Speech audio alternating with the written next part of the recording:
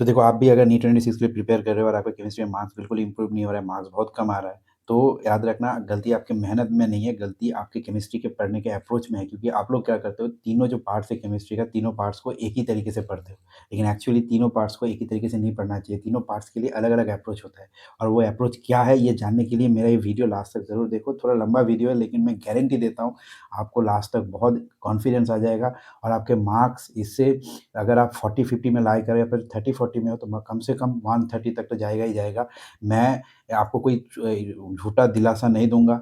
अगर मार्क्स अगर 30-40 में, तो आराम से आपको 120-130 तक जाएगा। अगर आपका मार्क्स अगर 70-80 में, तो आराम से 140-150 प्लस तक जाएगा।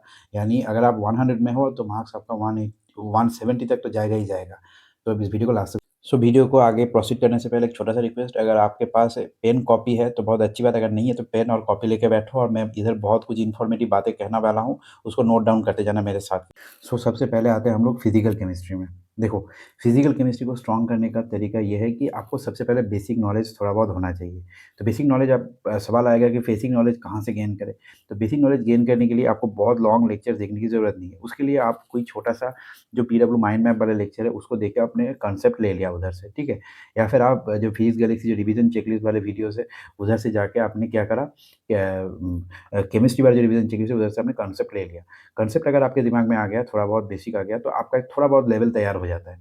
उसके बाद आप क्या करोगे, प्रीवियस ईयर क्वेश्चन उठाओगे, प्रीवियस ईयर क्वेश्चन को देखोगे और उसको सॉल्व करोगे फार्मूला और सॉल्यूशन देखते हुए, ठीक है? इससे क्या होगा, आपने जो पढ़ा था पहले लेक्चर देखते हो, वो रिवाइज़ भी होता जाएगा और कॉन्सेप्ट भी स्ट्रॉन्ग होता जाएगा, ठीक है? उसके बाद सेकंड अटेम्प्ट जब लोगे, तब आप सॉल्यूशन नहीं देखोगे, सिर्फ़ और सिर्फ़ प्रीवियस ईयर क्वेश्चन को अपने जो फार्मूलाज़ है, फार्मूलाज़ देख-देख के सॉल्व करोगे। उसके बाद थर्ड अटेम्प्ट जब आप जाओगे, तब आप कोई भी सॉल्यूशन नहीं देखोगे या फिर कोई भी फ़ॉर्मूला नहीं देखोगे, ना देख के करोगे। ऐसा अगर करोगे ना, तो आपको बहुत सारा बेनिफिट मिलेगा। वो कॉन्सेप्ट जो आपने पढ़ा था, वो दिमाग में बैठ जाएगा, ठीक है? और उसके साथ-साथ आपको क्या होगा, आप एक बात याद रखना, जब बाद में वो जो आपने फ़ॉर्मूला नोट्स बनाया था, उसको जब आप देखोगे, तो आपको सर जब वो जब रिवीज़न लेक्चर, वो माइंड मैप वाले लेक्चर में जो-जो सर ने बताया था, वो सब कुछ याद आने लग जाएगा। समझ रहे हो ना?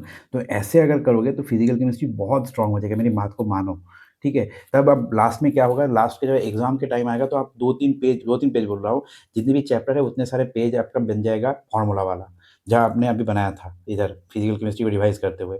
तो उस फ़ॉर्मूला पेज को अगर आप देखोगे ना, तो आपने पिछले जितने भी कॉन्सेप्ट प्रीवियस ईयर क्वेश्चन, ठीक है? और सर ने जो बताया था, आपको पढ़ाया था, वो माइंड मैप वाले लेक्चर में, ये दोनों चीज़ें बस वो एक लाइन देख के आपको याद आ जाएगा, ब्रेन में क्लिक करना स्टार्ट कर दिया, तो देगा। म मुझे पता नहीं आप कितना कनेक्ट कर पा रहे हो, लेकिन ऐसे ही फिज़िकल केमिस्ट्री का अप्रोच होता है। हैं? इससे क्या होगा, फिज़िकल केमिस्ट्री आपको बहुत स्ट्रॉन्ग हो जाएगा, आपका जो एक्यूरेसी है वो भी बहुत बढ़ जाएगा। इसके बाद आप क्या करोगे, जो प्रीवियस ईयर क्वेश्चन कर लिया आपने, उसके बाद आप जेईई मेन्स के प्रीवियस ईयर क्वेश्चन लगाओगे और फिर आप क्या करोगे, जितने भी आपके जेईई मेन्स को बाद में लगाना, पहले नीट के प्रीवियस ईयर क्वेश्चन करने के बाद आप जाओगे, जो लेवल वाइज़ सवाल होते हैं, यानी डीपीपीसी या फिर जो टॉपिक वाइज़ सवाल होता है, उसको लगाओगे। अगर ऐसे करोगे ना, तो जितने भी देखना टॉपिक वाइज़ सवाल लगाओगे, आपको बहुत ईज़ी लगने लग जाएगा। अगर कहीं पे भी नहीं हुआ, तो उसका सॉल्यूशन देख लोगे। तो ऐसे आपका होता है, कम टाइम में ज़्यादा आउटपुट निकालना इसे कहते हैं। अगर आप मुझे पूछते कि भैया जून-जुलाई महीने में कैसे पढ़ें? तो उस टाइम पे इसका जो है ना अप्रोच थोड़ा अलग होता है। तब मैं बोलता आपको थोड़ा वन शॉट देखो, लॉन्ग लेक्चर्स देखो, अच्छे से करो, ऐसा बोलता है। लेकिन अभी अगर आपको वही रिज़ल्ट लाना है, तो आपको ऐसे करना होगा। ऐसे अगर करोगे ना, तो कम टाइम में 90 डेज़ में आपकी physical chemistry, inorganic chemistry, organic chemistry तीनों बहुत स्ट्रॉन्ग हो जाएगा। तो अब आता है नेक्स्ट टॉपिक हमारा, वो है ऑर्गेनिक केमिस्ट्री। सो हमारा नेक्स्ट टॉपिक है ऑर्गेनिक केमिस्ट्री। ऑर्गेनिक केमिस्ट्री का अप्रोच क्या होगा? ये बताने से पहले आपको एक बात बताना चाहता हूँ, सुनो। मैंने जैसे बोला, अगर आप ऑर्गेनिक केमिस्ट्री को कर लिया, तो आपका 10 क्वेश्चन मिनिमम हो जाएगा, उसके बाद 5 क्वेश्चन भी हो जाएगा, जो मैं टॉपिक बताऊँगा, मतलब जो मैं प्रोसेस बताऊँगा, उससे 5 क्वेश्चन भी एक्स्ट्रा हो जाएगा। टोटल 15 क्वेश्चन ऑर्गेनिक केमिस्ट्री में आते हैं। तो देखो सुनो, सबसे पहले अगर आपको थोड़ा बहुत नेमिंग का अगर नॉलेज है, मतलब जितने भी ऑर्गेनिक कंपाउंड्स हैं, उनके नेमिंग का अगर नॉलेज है, तो आप आईयूपीएसी नोमेनक्लेचर एंड आइसोमेरिज्म को अभी के लिए स्किप कर सकते हो कुछ टाइम के लिए, उसके बाद लास्ट में करना, सबसे लास्ट में।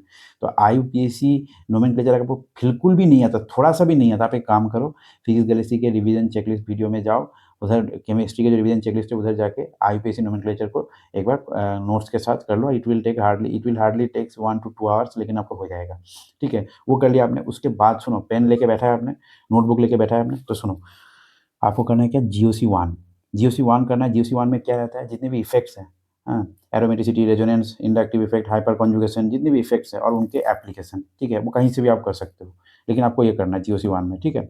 देन जीओसी 2 में क्या रहता है? जीओसी 2 में जितनी भी टाइप्स ऑफ रिएक्शन है, वो रहता है और उसके एप्लीकेशन रहता है एंड रिएक्शन मैकेनिज्म रहता है। अभी आप बोलोगे भैया ये तो बहुत हार्ड है। भाई सुनो, मेरी बात को ध्यान से सुनो। जीओसी 2 में आपको सिर्फ और सिर्फ टाइप्स ऑफ रिएक्शन के बेसिक नॉलेज लेना है। बहुत ज़्यादा रिएक्शन मैकेनिज्म के अंदर जाने की ज़रूरत नहीं है, ठीक है? और उसके बाद हम लोग जाएँगे जो भी बताना है, इसके बाद से मैं जो बताऊँगा ये आपने कर लिया, मतलब आपके ऑर्गेनिक केमिस्ट्री का बेसिक बिल्कुल स्ट्रॉन्ग हो गया। इतना आपने कर लिया थोड़ा-थोड़ा करके, ज़्यादा नहीं मैं बोला। क्या बोला? थोड़ा-सा नेमिंग का आइडिया, उसके बाद क्या बोला? जीओसी 1 यानी जितने भी इफेक्ट्स है वो, एंड जीओसी 2 यानी क्या? टाइप्स ऑफ रिएक्शन है, उसके थोड़ा बहुत एप्लीकेशन, जितने भी टाइप्स ऑफ रिएक्शन के थोड़ा-थोड़ा करके, जैसे कि आपने एडिशन रिएक्शन हो गया, एडिशन रिएक्शन कितने-कितने कितने टाइप के होते हैं, कितने-कितने एडिशन रिएक्शन है, फ्री रेडिकल एडिशन रिएक्शन है, ठीक है? सब्स्टिट्यूशन रिएक्शन है, एसएन1 है, एसएन2 है, एसएन1 एंड एसएन2 के जो डिफरेंस है वो, ठीक है? तो ये हो गया, ठीक है? Elimination reaction E1 and E2 के डिफरेंस हो गया वो, ठीक है? ऐसे करके आपका हो गया। तो इससे अगर आपने कर लिया तो आपका ऑर्गेनिक केमिस्ट्री का बेसिक एकदम बहुत स्ट्रॉन्ग हो गया, बहुत स्ट्रॉन्ग हो गया, ठीक है? सुनो आप। अब इसके बाद से जो बोलने वाला हूँ वो अगर आपने कर लिया, सिर्फ अगर पहले वाले को स्किप भी कर दिया, वो वाला भी कर लिया अगर आपने, तो आपका 8 से 10 क्वेश्चन हो जाएगा। वो क्या है? सुनो। जितनी भी नेम रिएक्शन है, पूरे ऑर्गेनिक केमिस्ट्री में आपके 24 नेम रिएक्शन है। ऑर्गेनिक केमिस्ट्री के 24 नेम रिएक्शन, उसके बाद जितनी भी ऑक्सीडेशन रिएक्शन है पूरे ऑर्गेनिक केमिस्ट्री में, और जितनी रिडक्शन रिएक्शन है, ये 3 चीज़ें, और उसके बाद जितने भी ऑर्गेनिक के टेस्ट हैं, ये 4 चीज़ें, और उसके बाद क्या है, 5 नंबर क्या है? जितने भी कन्वर्जन है, वो कर लिया 5। ये 5 चीज़ें अगर आपने अच्छे से कर लिया ना, तो आपका 8 से 10 क्वेश्चन इधर से पक्का हो गया। अभी बोलोगे भैया 15 क्वेश्चन है तो 8 से 10 क्वेश्चन, अरे भाई 8 से 10 क्वेश्चन करने के लिए आपको ज़्यादा टाइम नहीं लगेगा। अगर आप चाहते हो तो मैं जितनी भी name reaction, oxidation reaction, reduction reaction, सबका लिस्ट मैं आपको बना के दे दूँगा, ठीक है? और 20 ही कन्वर्जन होता है, जिसके बाहर कन्वर्जन एग्ज़ाम में नहीं आता है, वो भी मैं बना के आपके टेलीग्राम चैनल में दे दूँगा। अगर आप चाहोगे तो कमेंट में ज़रूर बताना, मैं बना के दे दूँगा आपको, ठीक है? तो ये था, और उसके बाद वाला जो पार्ट है वो है थ्योरेटिकल पार्ट। अभी आता है वो जो चीज़ आप लोग पहले पढ़ते हो यार। अभी देखो 80% काम आपका हो गया। क्या करके हो गया? जीओसी 1, जीओसी 2, ठीक है? उसके बाद नेम रिएक्शन, और यानी उसके बाद ऑक्सीडेशन रिएक्शन, रिडक्शन रिएक्शन, और क्या? जितने भी कन्वर्जन है वो, और ऑर्गेनिक के टेस्ट, ये कर लिया तो आपका जितने भी मतलब ऑर्गेनिक केमिस्ट्री का क्वेश्चन था ना, आपका 80% हो जाएगा इससे। ठीक है? उसके बाद आता है थ्योरेटिकल नॉलेज जितने भी है। एनसीईआरटी में जितनी भी इंटेक्स एग्जाम्पल है ऑर्गेनिक केमिस्ट्री का, और जितनी भी थ्योरेटिकल पोर्शन है, वो आप खुद से कर सकते हो। या फिर जितने भी सर लोग आपको नोट्स लिखाते हैं, नोट्स में जाके बोलेगा कि ये रिएक्शन ऐसा क्यों नहीं होता, वो ऐसा क्यों होता है, ये ऐसा क्यों होता है, ऐसे होता है। ठीक है? तो ऐसे करना पड़ता है।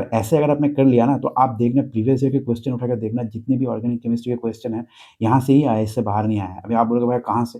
भाई जो 20 टाइप के जो नेम रिएक्शन है, और 24 टाइप के जो नेम रिएक्शन है, और ऑक्सीडेशन रिडक्शन रिएक्शन है, और जितने भी टेस्ट है, ये मैं आपको टेलीग्राम चैनल में दे दूँगा। 8 से 10 क्वेश्चन पक्का हो जाएगा, इससे बाहर नहीं आता। 8 से 10 क्वेश्चन बोलिए, इससे ज़्यादा नहीं है बोल रहा हूँ मैं। इससे बाहर वाला अगर आपको करना है, तो आपको जीओसी 1, जीओसी 2 एंड आपका जितनी भी थ्योरी है एनसीईआरटी में, उसको अच्छे से करना है। तो ये था हमारा ऑर्गेनिक केमिस्ट्री का अप्रोच, ठीक है?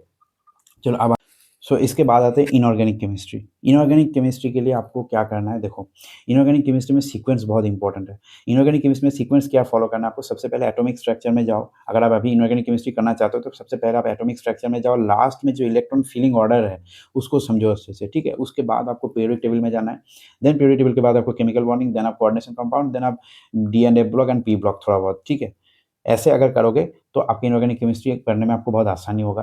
तो अगर आप लोग पूछोगे कि भैया इसमें आप सोर्सेज़ क्या यूज़ करने के लिए बोलोगे, लेक्चर्स कौन-सा देखना है? देखो, इनऑर्गेनिक केमिस्ट्री में जिस बच्चे को थोड़ा बहुत नॉलेज है और जिसको नॉलेज नहीं है, वो लोग दोनों ही क्या करेगा, जो माइंड मैप्स वाले जो लेक्चर है पीडब्ल्यू के, उसको यूज़ करेगा।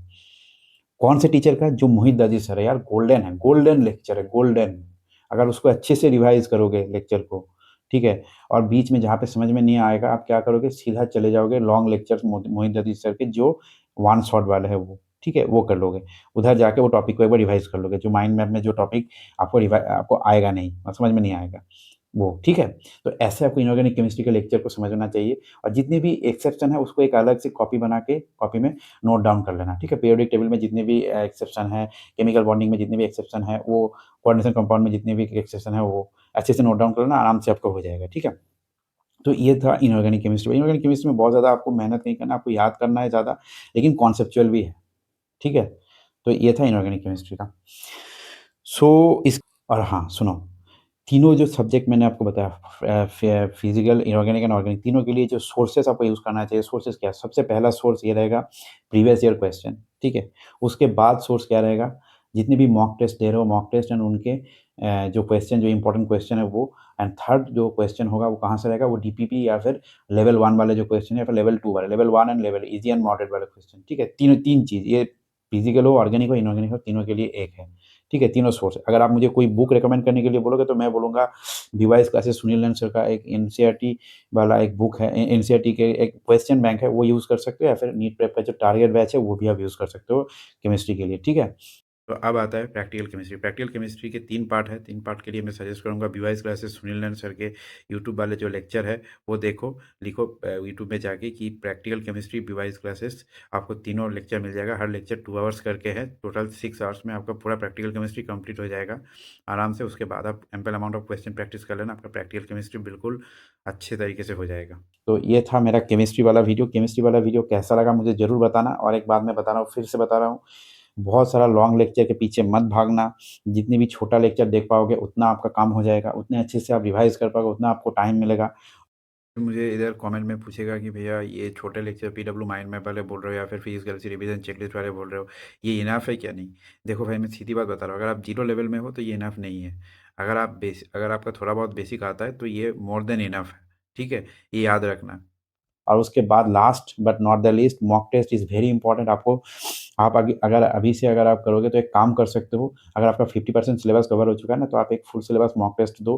वो आप एक काम करो, एक दिन फिजिक्स का दे दिया, फिर एक दिन गैप करके फिर नेक्स्ट डे आप केमिस्ट्री का दे दिया फुल सिलेबस, फिर एक दिन गैप करके आप बायो का 90 क्वेश्चन का फुल सिलेबस टेस्ट दे दिया। ऐसे करके आपको फुल सिलेबस मॉक टेस्ट अभी शुरू कर दो। उसके बाद क्या करोगे, फरवरी मंथ आते-आते आप करोगे, तीनों सब्जेक्ट का हफ्ते में 1 या 2 फुल सिलेबस टेस्ट दे दोगे। ऐसे करके आपको आगे प्रोसीड करना है भाई। देखो 4 महीना ही बचा है अभी, इसमें अगर जी-जान लगा दिया ना यार, तो बाद में अफ़सोस नहीं होगा कि मैंने ये नहीं करा था, वो नहीं करा था, ठीक है? ये था मेरे तरफ से। अगर आपको इसमें कुछ भी ऐड करना है, मॉडिफ़ाई करना है, आप कर सकते हो, ठीक है? और अगर मुझसे आप जुड़ना चाहते हो तो मेरे टेलीग्राम चैनल को ज़रूर जॉइन करना, या फिर मुझे इंस्टा पे फ़ॉलो ज़रूर करना, मेरा 2 आईडी है, ठीक है?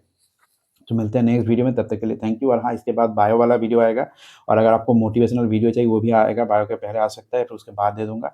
मुझे बताना मोटिवेशनल वीडियो चाहिए या फिर नहीं, ठीक है? और बायो का तो आएगा ही आएगा। Thank you, thank you.